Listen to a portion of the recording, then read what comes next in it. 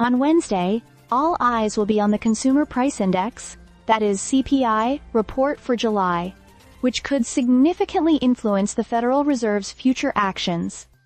The report, scheduled for release at 8:30 a.m. Eastern Time, is anticipated to show a 0.2% increase in both the all-items CPI and the core CPI, which excludes food and energy prices.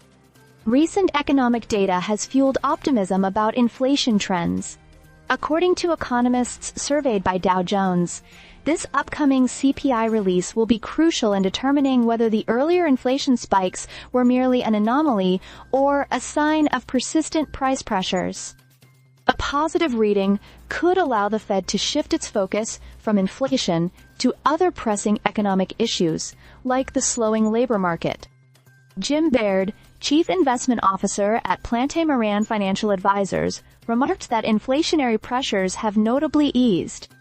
The inflationary pressure that we saw build has really been dissipated significantly, Baird noted. He and many Wall Street analysts expect that the Federal Reserve will pivot its attention from combating inflation to addressing potential weaknesses in the job market, given the recent rise in unemployment.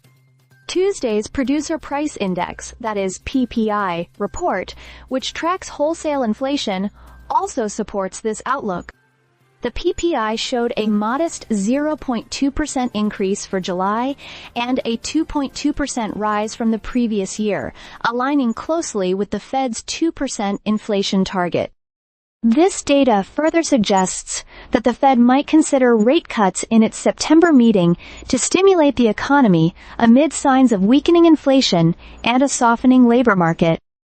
While the CPI report for July is expected to show an increase, the core CPI's year-over-year rate is projected to remain at 3.2%, down slightly from June's 3.3%. This suggests that while inflation has moderated, it still remains above the Fed's preferred 2% target. Despite this, market participants are anticipating that the Fed will act to ease monetary policy soon. Tom Porcelli, chief U.S. economist at PGIM Fixed Income, highlighted that another benign inflation report would likely make the Fed more comfortable shifting its focus from inflation to labor market conditions. They could have shifted their attention from inflation to labor months ago, Porcelli observed. The market is now pricing in a high probability of rate cuts at the Fed's September meeting, with expectations ranging from a modest 25 basis point cut to a more aggressive 50 basis point reduction.